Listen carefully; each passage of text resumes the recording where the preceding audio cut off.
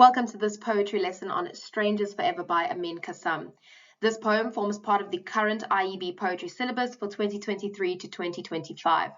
A reminder that you need to be studying this poem on your own. You can't just rely on this lesson. This lesson it aims to supplement your studying. It aims to broaden your knowledge and deepen your understanding, but you do need to spend time studying the poem for yourself, being able to explain it in your own words, and really knowing what's going on in the poem.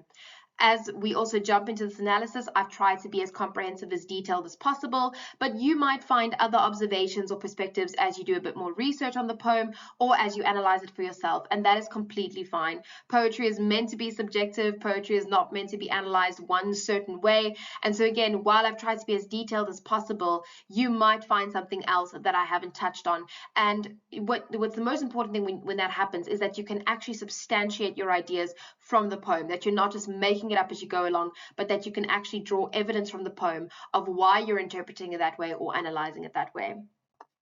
When we look at our poet, this is very different to some of the other poems we've looked at in the syllabus where, we've got pages on the poet. For Amin Kassam, we don't have that much information, but it doesn't take away from the depth and the gravity of his poem. So Amin Kassam is a Kenyan of Muslim descent. He studied at the University of Nairobi and at McGill University in Quebec, and is one of the most widely published poets in East Africa. And we have the privilege of studying this poem, Strangers Forever. So when we look at the title of this poem, Strangers Forever, and we kind of delve into the poem itself, the central question that we need to be asking ourselves in this poem is, to what extent can we fully know ourselves and other people? And that's kind of a multi-layered question, because what it's really trying to get at is, if we are not able to know ourselves physically, if we can never understand ourselves fully, can we meaningfully connect with other people? Can we form meaningful relationships if we don't know ourselves, if we don't know what's going on with ourselves? And so developing from that is, are we actually all just completely estranged, completely isolated from each other because we're unable to access the deepest parts of ourselves? And developing on from that, evolving from that, at the end of the day, do we really just stay strangers forever? Do we never actually form a relationship that takes us past being strangers with other people? Even your deepest, most wonderful relationships, are you really just strangers because you will never fully know each other? These are kind of the central themes, the central concerns that we're going to be looking at as we delve into this poem. Let's read the poem and actually get into it. So Strangers Forever says, each of us is a passenger seated in one huge compartment, going we do not know where. All strangers thrown together by chance who travel without arriving. Who can read the whispers of your mind when they are hidden even from you? Though you open a window in the chambers of your heart, though you strive to say what you feel, and in striving reach a state of understanding, there is still one part, one small part that remains your own.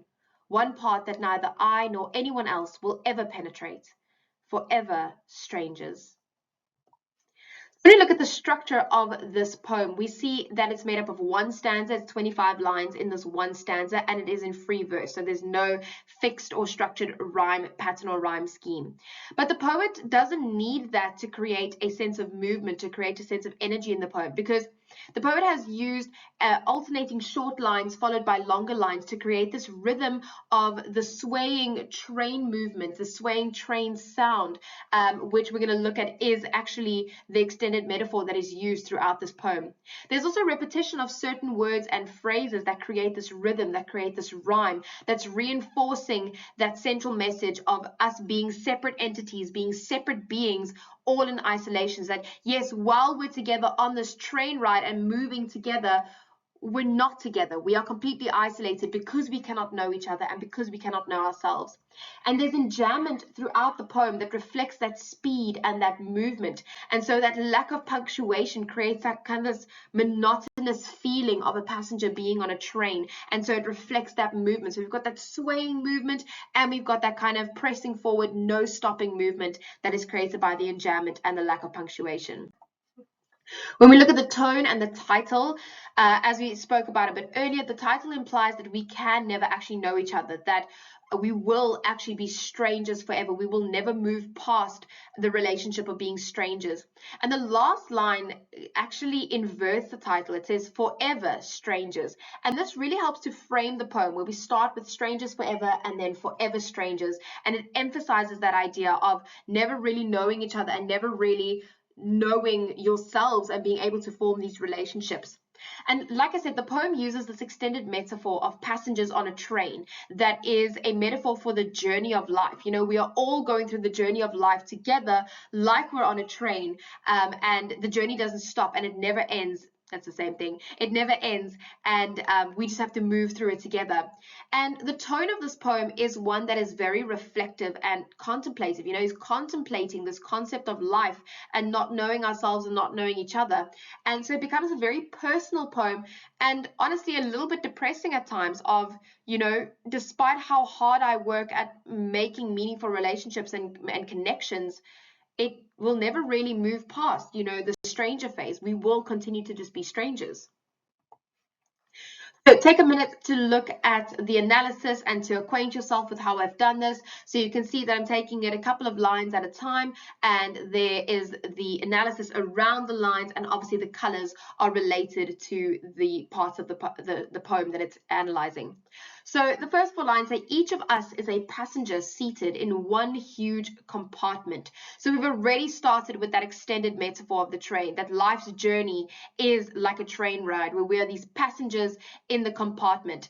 And what's very important is that we are passengers. We are not in the driver's seat. And so this implies this lack of control over our lives. We are not in control of this journey. And so we're all seated together. We're all in the same journey, traveling together, even though we might not know each other. And, you know, obviously in life, you know, you don't just know everyone that you meet. And so we are in this journey. None of us actually have control over what is happening in this journey and where we're going. That one huge compartment is, you know, a visual, a picture of life, of the world being this compartment in a train. That each of us is, we see that concord that is used there where there's a singular noun and verb. Each of us is, not all of us are. Each of us, every singular person, and it's emphasizing those isolated lives. Not all of us together, it's each of us is.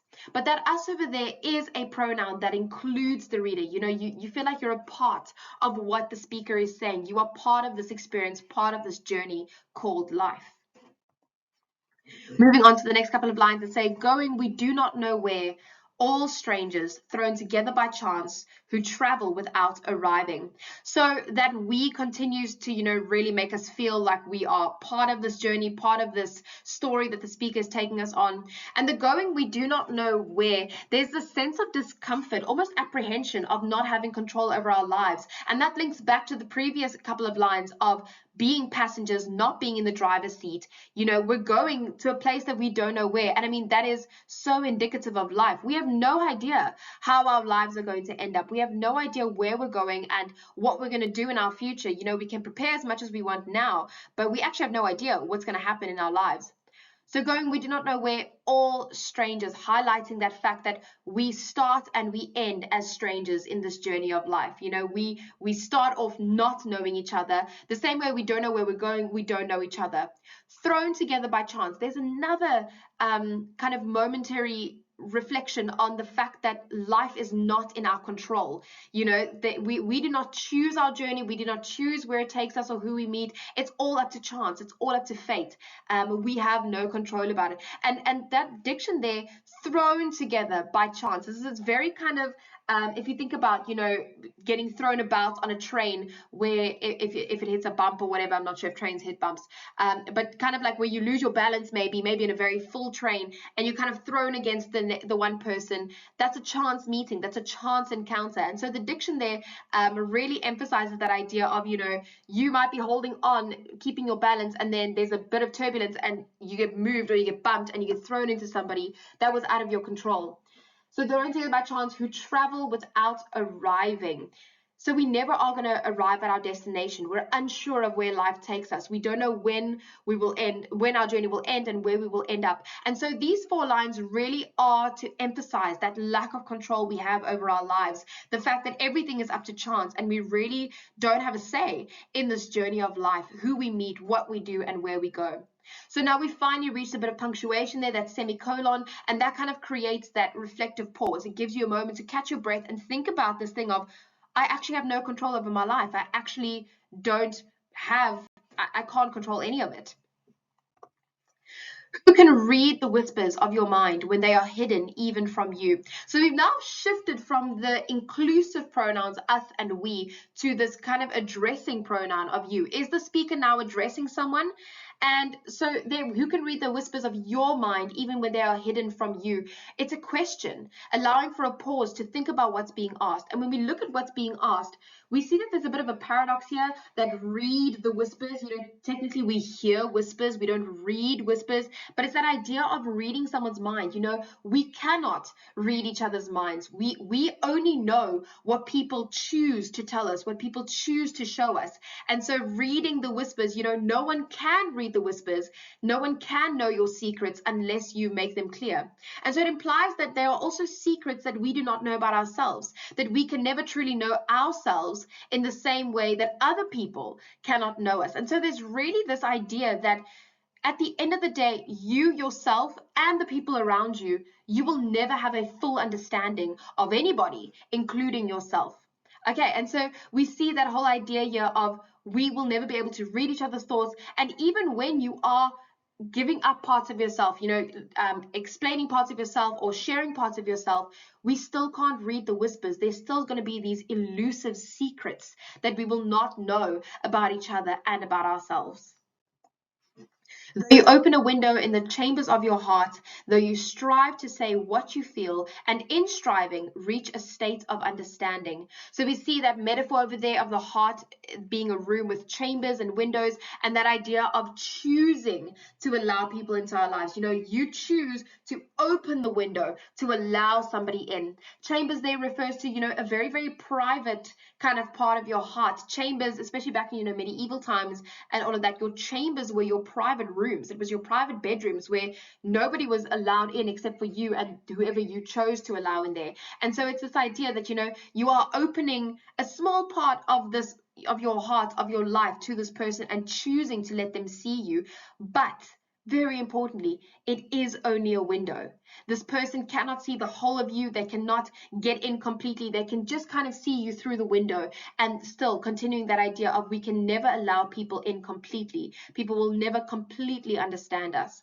By starting these couple of lines with though you open a window, that though implies that there's an argument developing, and it implies that it will be negated, it will be refuted. Though you do this, yet this thing will happen. Although this happens, this thing also happens. And so we have the expectation that, okay, although you're doing this, it's not really going to matter, or something is going to change, or something is going to negate your efforts that you're putting in here. So though you strive to say what you feel, and in striving reach a state of understanding, strive there means to make a great effort to achieve or obtain something. And so it's implying that sharing who we are and sharing our lives with other people doesn't come easily. And so you strive to say, and in striving, there's even more emphasis in putting the word in its gerund form there. There's this inherent need for us to share our lives, but it's not easy. We need to strive. We need to constantly make the effort to connect with others and to let them know who we are, and also know who ourselves are. So we need to strive to find ourselves, to get knowledge of ourselves. And so there's this idea that while it is an inherent need, it also takes a lot of effort for us to get there and to actually do this. But though you're striving to do these things, you reach a state of understanding. So that reach there implies that it's been a process. It doesn't just happen. We don't just magically reach the state of understanding, the state of enlightenment. Again, we need to strive to reach that point. And once we've reached that point, it is just a state of understanding. State there implies that it isn't complete. It's not permanent. It's this momentary and almost superficial understanding. Like if you do a bit of soul searching and you learn something about yourself, that's just one thing you've you've learned about yourself. There's still so much else that you don't know. And so you've reached a momentary state, incomplete state of understanding. You only know this one thing about yourself, but you don't have a complete understanding, and it's not a permanent understanding, because we as human beings change. We are constantly in flux. And so it's really this idea that no matter how you strive throughout your life to get to know yourself and to get to know other people, you really never will achieve a complete, a full, a permanent understanding of yourself and other people. Though you try to do all these things, there is still one part, one small part that remains your own, one part that neither I nor anyone else will ever penetrate. So moving on from that though, we now get that there is still. That is the refuting part of the though in the previous line. So though you did this, there is still this reality. So this whole idea of the one part, the one small part, implies that there will always be parts of ourselves that remain hidden, that no matter how much we strive, put in the effort to share with others, get to know them, they will never fully know us, and we will never fully know ourselves, as I said in the previous couple of lines. There's that repetition of one part, and the emphasis in that one small part. So no matter how hard you try, there will just always, even if it's a tiny little piece, there will be a piece that remains your own that people do not know. And so this relates to that idea of the state of understanding. Only having one part missing from the full picture still means it's not a full picture, still means it's incomplete. And so it is a state of understanding, it is not complete understanding. That neither I nor anyone else will ever penetrate, that neither I nor anyone else, just kind of the structure there, the I followed by anyone else takes it from being a personal kind of relationship to a very broad, generalized, I won't know you and the rest of the world won't know you. And that really emphasizes that alienation of you will have the people that you are close to and you will have the people that you don't know. And at the end of the day, they're all on the same page because they will never fully know you. So it's kind of like no matter what type of relationship you have, whether it be stranger or friend or whatever, they're all actually the same thing because you're going to stay strangers forever. That word penetrates implies that our hearts are surrounded by this outer wall and links back to that idea of just a window that can be cracked open. The heart itself, the walls of the heart can't be penetrated, but you can just crack that window open and let someone in. And this is further emphasized, neither I nor anyone else will ever penetrate. And that obviously links to the ideas of forever. So we see that there's really this idea of this eternal isolation, this eternal estrangement from ourselves and from other people. That one little line that says that one small part that remains your own, this part of yourself that no one will ever know. You can decide, is this comforting that, no one can ever know me completely? And so, I've got a part of myself that's just for me. Or is it sad that no matter how hard you try, no one will ever know you fully and you can never actually have a deep, meaningful relationship, or if that's what it's implying, because no one can ever know you fully? You can decide. That last little line there that's also indented that just says forever strangers, which inverts the title, like I said earlier, framing the poem and emphasizing that idea that we really can never truly know each other.